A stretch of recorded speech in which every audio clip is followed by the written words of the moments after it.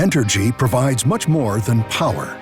We support science and engineering at local schools to build a brighter path to better jobs and help prepare the next generation. Because together, we power life. Entergy. Additional support provided by the Fred B. and Ruth B. Ziegler Foundation and the Ziegler Art Museum located in Jennings City Hall. The museum focuses on emerging Louisiana artists and is an historical and cultural center for Southwest Louisiana. And the Foundation for Excellence in Louisiana Public Broadcasting, with support from viewers like you.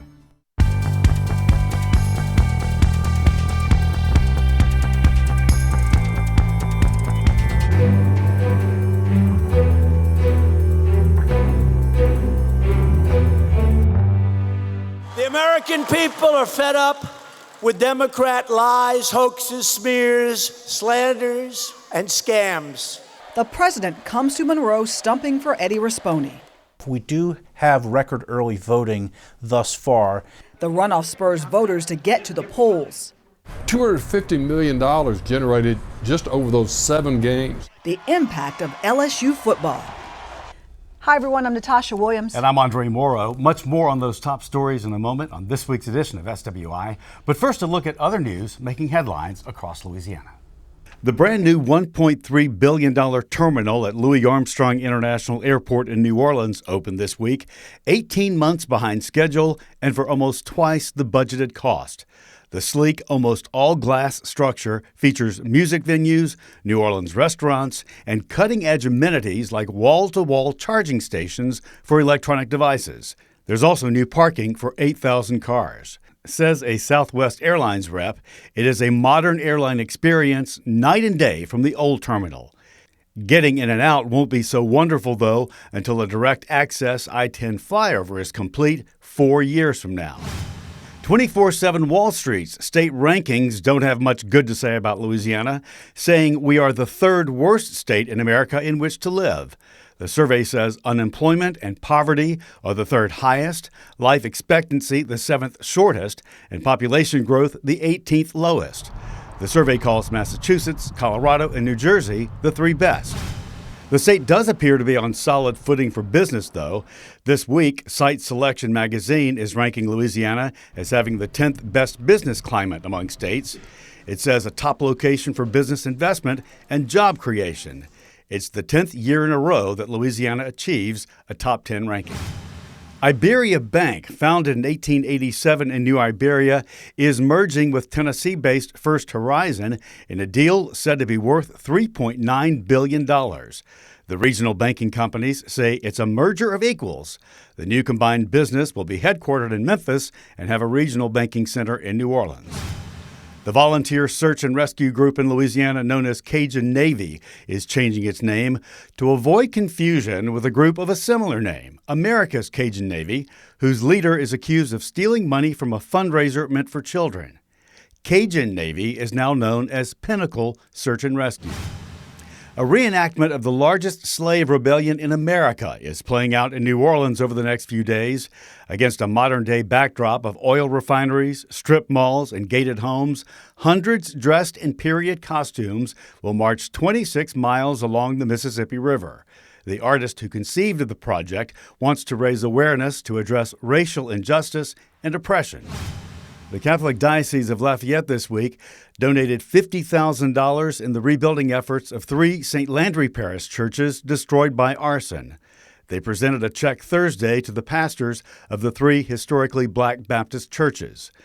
An accused arsonist burned the churches between March 26th and April 4th of this year. The Essence Festival will return to New Orleans for at least 5 more years. The festival this year celebrated 25 years and is traditionally held on the 4th of July weekend.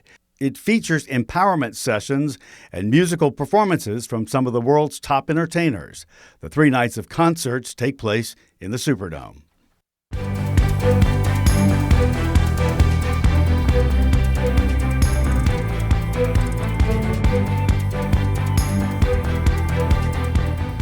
The finger-pointing continued this week in the runoff governor's race, which has gotten ugly. During an interview, Republican challenger Eddie Rispone struck at the military background of incumbent Governor John Bel Edwards. Rispone told an Alexandria radio station that Edwards, a West Point graduate, has damaged the military academy's reputation because of his work as a trial lawyer. Edwards called the remark desperate. That kind of exchange has columnists saying enough, just as the focus turned to North Louisiana and Monroe. It was there Wednesday that Edwards held a rally to counter the arrival of President Donald Trump that night. We had a front seat view of the president's visit. He rallied Republicans to get Rispone into the governor's mansion and, of course, gave Edwards a big thumbs down. Thousands of supporters anxious to be the part of the first presidential visit to Monroe since Ronald Reagan back in 1983. The folks gathered on the lawn at the Monroe Civic Center packed a lot of patience, waiting in long, long lines. Trump flags waving in the stiff winds as those lines snaked from where the grounds began near I-20, covering nearly every open space around the venue. Why'd you come out today? Just to show our support. He's made a lot of promises that I do believe he's going to keep, and he has kept. Those hoping to profit from the Trump mania surrounding the event came out too. It's the Trump train. Vendors there in big numbers, shirts, hats, and pretty much anything else you could think of with the words Trump 2020 in bold letters. I think this lady's poster right here says it all. What does it say? It says pesky Pelosi, shady Schiff, and hopeless Hillary. I think they're desperate to try to get Trump out of office because they will not win the next election. From the young, Tristan Spain is just 17 years old. He turns 18 in April and plans to vote for the president. I love Donald Trump. Love him. What do you love about him? I love his policy. I love what he stands for. I love what he's done for this country. To the very young and old in the crowd waiting to see him, Luke Powell of Sterlington is just 10 years old. He wants to make America great again. He believes in everything I do, and that is a wall at our southern border, and he's created a lot of jobs, and he's for the small business person. A very heavy law enforcement presence also on the grounds, local police, sheriffs, and Secret Service surrounding the thousands waiting to get inside. The line started forming outside the Monroe Civic Center early Wednesday morning in anticipation of President Donald Trump's rally. And once those who came to see the president got inside, they had to wait several more hours until he took the stage.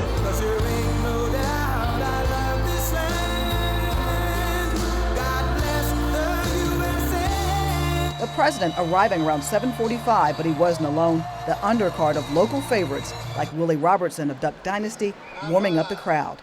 It's good to be here.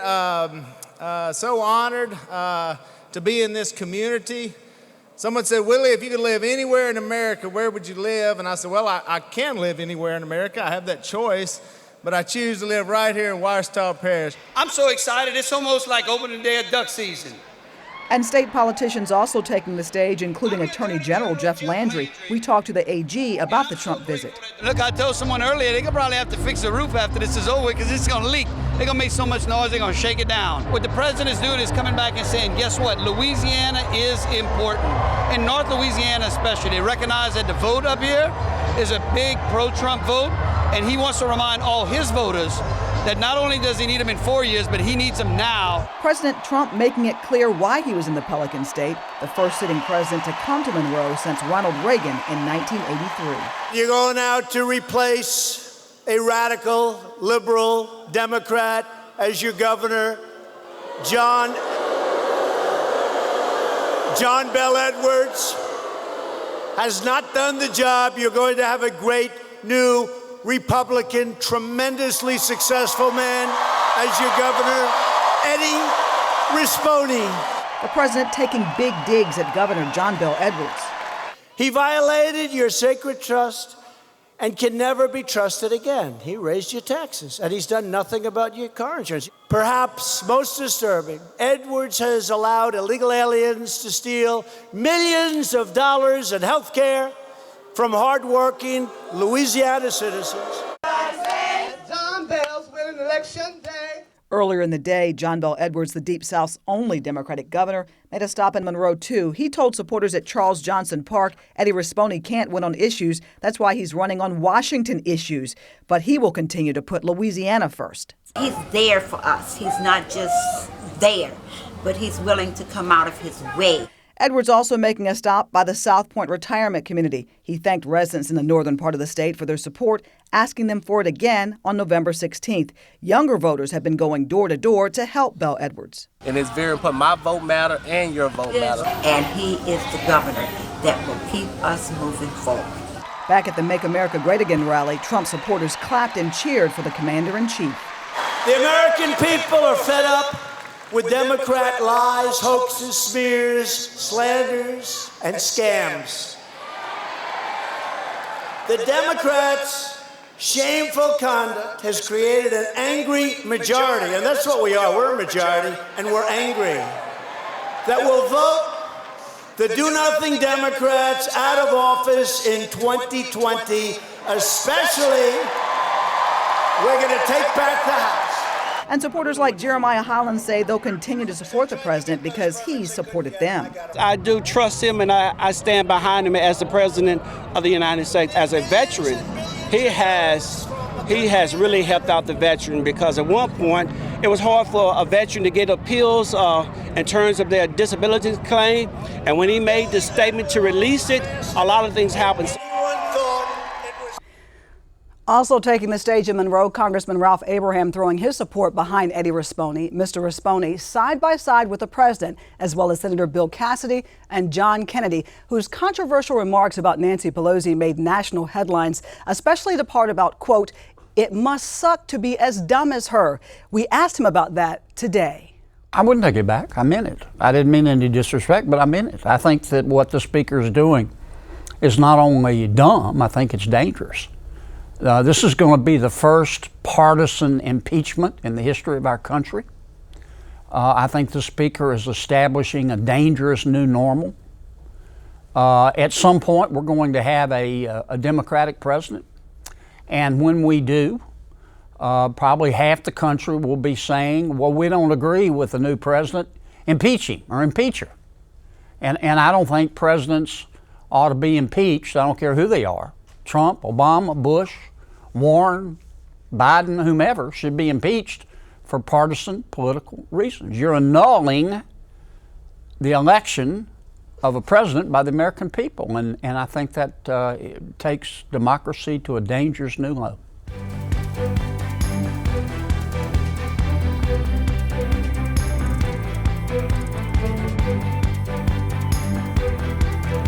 We are looking at record numbers for early voting in the state for the runoff elections, keyed, of course, by the race for governor. What does this big early turnout mean, though, in this very tight race? I sat down with Baton Rouge pollster John Couvillon of JMC Analytics and Polling to see what the demographic breakdown could be saying. John, you're a self-described political nerd, so crunching polling numbers, in this case early voting numbers, is a good thing for you, and you've got some interesting statistics. I do. So basically, according to the most current data I have, we do have record early voting thus far. And by record, we're talking about prior gubernatorial elections, prior presidential elections, and the like. And that is something I find interesting, considering that we are in basically a midterm election. And not only is the turnout high in terms of prior election cycles, but it's even higher than what it was in the primary, when the primary itself broke records for non-presidential level of early voting turnout. So what's driving that? So what I think has happened is this. There's two things, and you have to split it up into the primary versus the runoff. In the primary, what I think happened, because I saw this happen last year during the Kavanaugh hearings when Louisiana had really midterm elections that were not that exciting. In other words, there were no congressmen who were in danger of losing their job, and all we had besides that was pretty much local races like school board. Fast forward to this year, what I believe is the driver in the primary, as I was saying before, was that the Democrats started pursuing the impeachment inquiry in late September, which coincidentally is when primary early voting started. And it was evidenced by the fact that you had high Republican early voting and weak Democratic early voting. So that's the first part of why I think that primary voting, which of course spilled over into the runoff was high, you still have the impeachment inquiry going on, which is still energizing Republicans. However, the big difference between the primary and the runoff is this. Now that Governor Edwards has been pushed into a runoff and you have the prospect of a 2/3 Republican majority legislature, what I think is happening is that partisan Democrats are now more motivated to vote, and the Edwards campaign is doing everything they can to encourage that feeling. So what you're seeing happening is the already high Republican early voting is being joined by equal or greater levels of energy from the Democrats, thus even higher early voting turnout, 40% in fact, than in the primary. Does it favor one candidate or the other, or can you make that guess? In the primary, I would say it favored the Republicans, and I would say it probably cost Governor Edwards 1 to 2 points of his vote margin. In the runoff, the Democrats are now in the driver's seat, so to speak, as in I'm seeing black Democratic turnout substantially higher than it was in the primary. So voter turnout.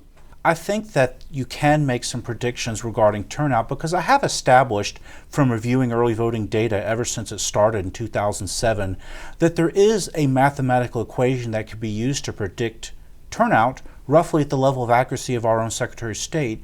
So what I saw is this: given that we had 46% turnout in the primary and that of those who voted in the primary, 28% voted early, that 28%, by the way, was a record. What I think is going to happen now, given the high volume of early voting I'm seeing, which is not really justified for an off-year election like this, or really a non-presidential election like this, I think two things are going to happen once early voting has concluded. Number one, I think the previous record of 28% of Louisianians voted early is going to be shattered. I would not be surprised if it's 30 to 33% in the runoff. Number two, I think overall voter turnout, even though it's been at presidential levels thus far for early voting, I'm certainly not predicting presidential level turnout, which of course was 68% in the 26th presidential election. I do believe, however, that the 46% overall voter turnout of the primary will be exceeded, most likely in the low to mid 50s. So that's pretty healthy for a gubernatorial election that has not been very high wattage. Interesting. John, thank you. My pleasure. Now, early voting ends tomorrow, November 9th at 6 p.m. Election Day, Saturday, November 16th.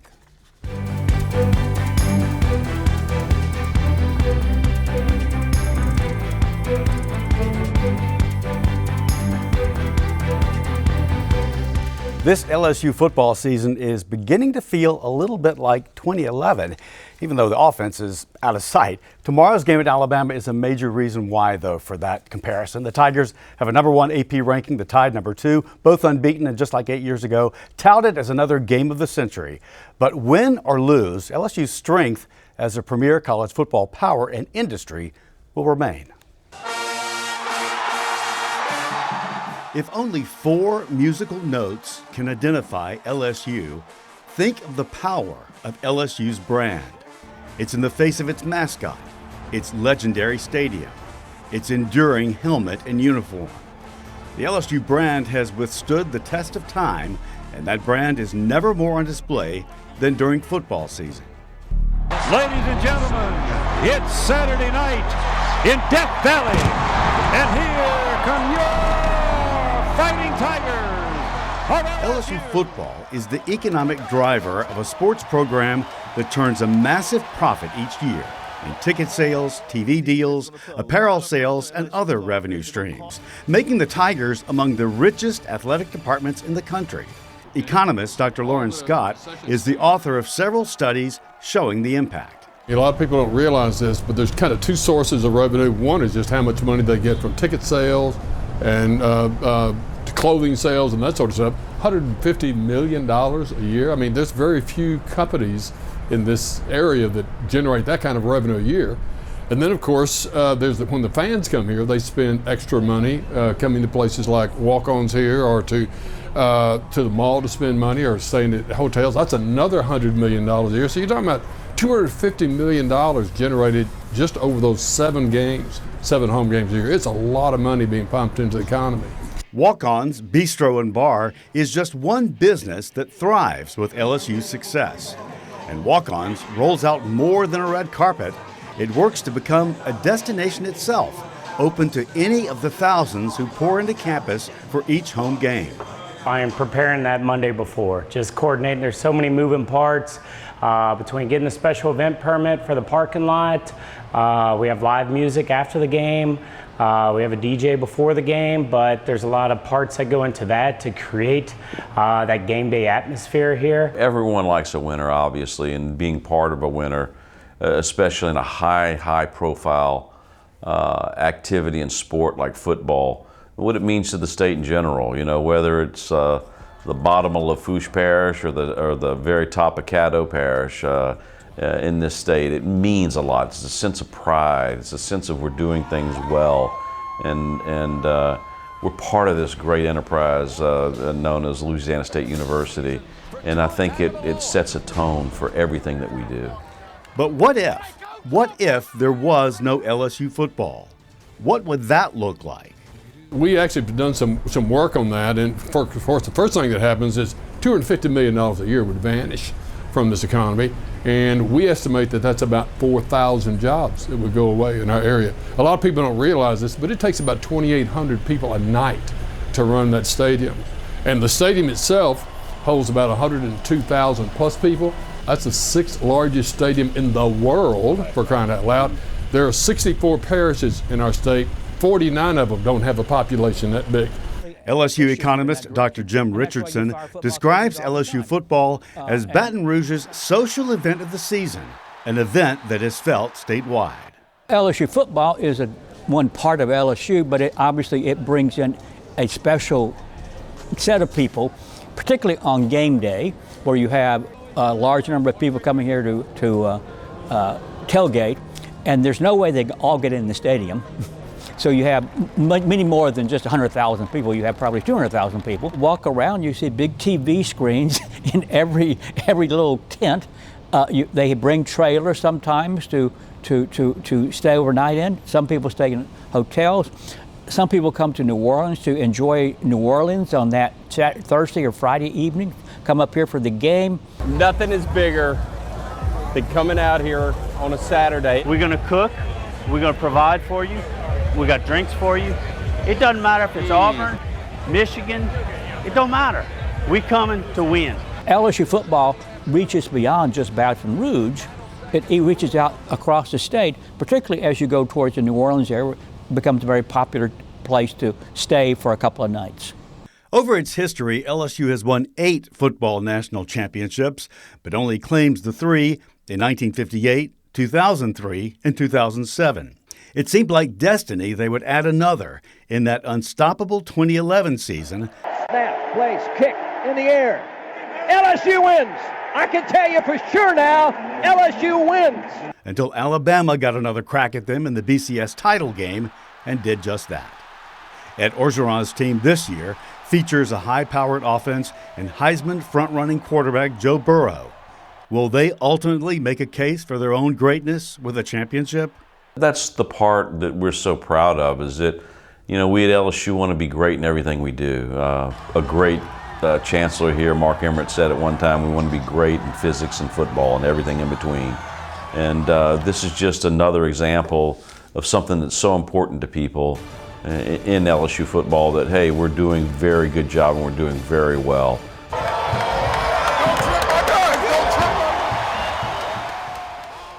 A victory tomorrow for LSU would give the Tigers the inside track to the SEC championship game and college football playoff. It would also break a string of 8 defeats in a row to Alabama. Kickoff Saturday is 2:30 from Tuscaloosa.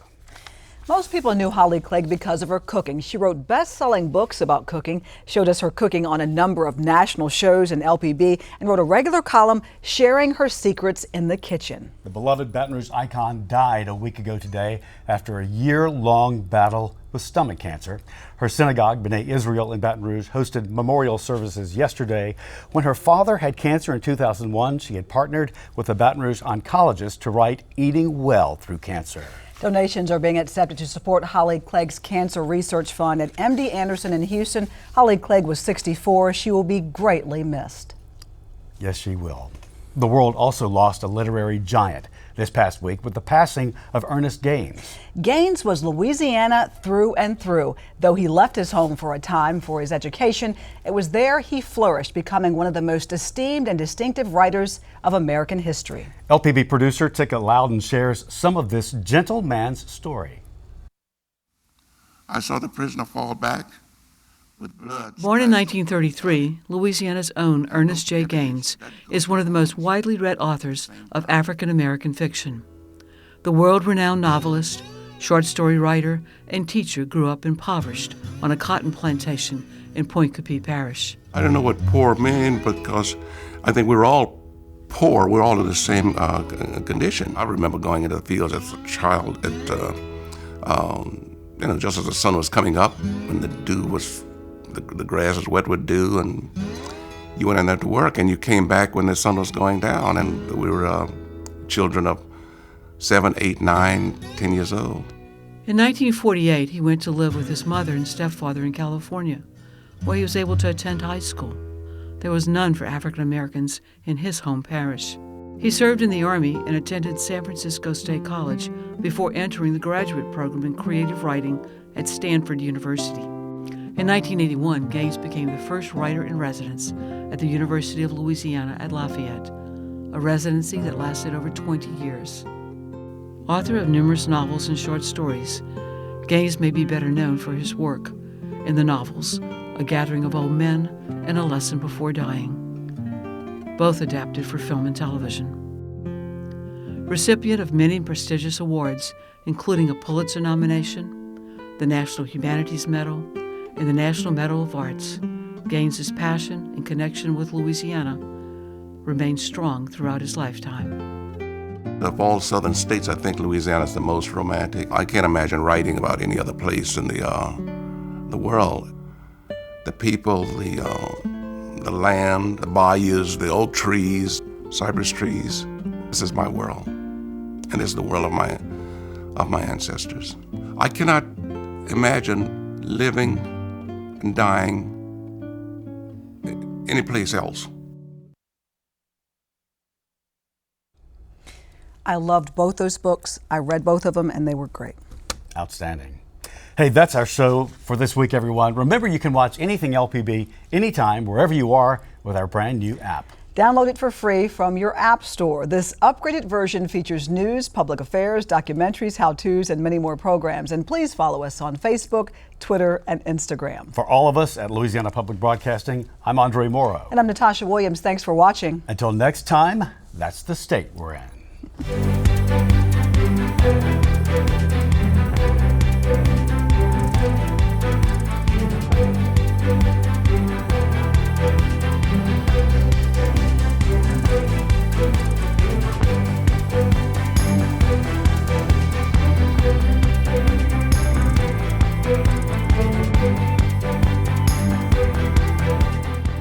Support comes from Entergy provides much more than power.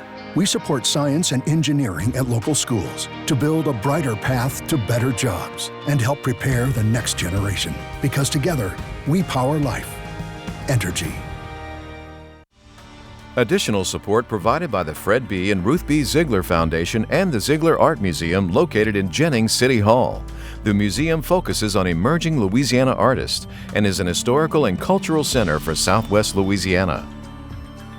And the Foundation for Excellence in Louisiana Public Broadcasting, with support from viewers like you.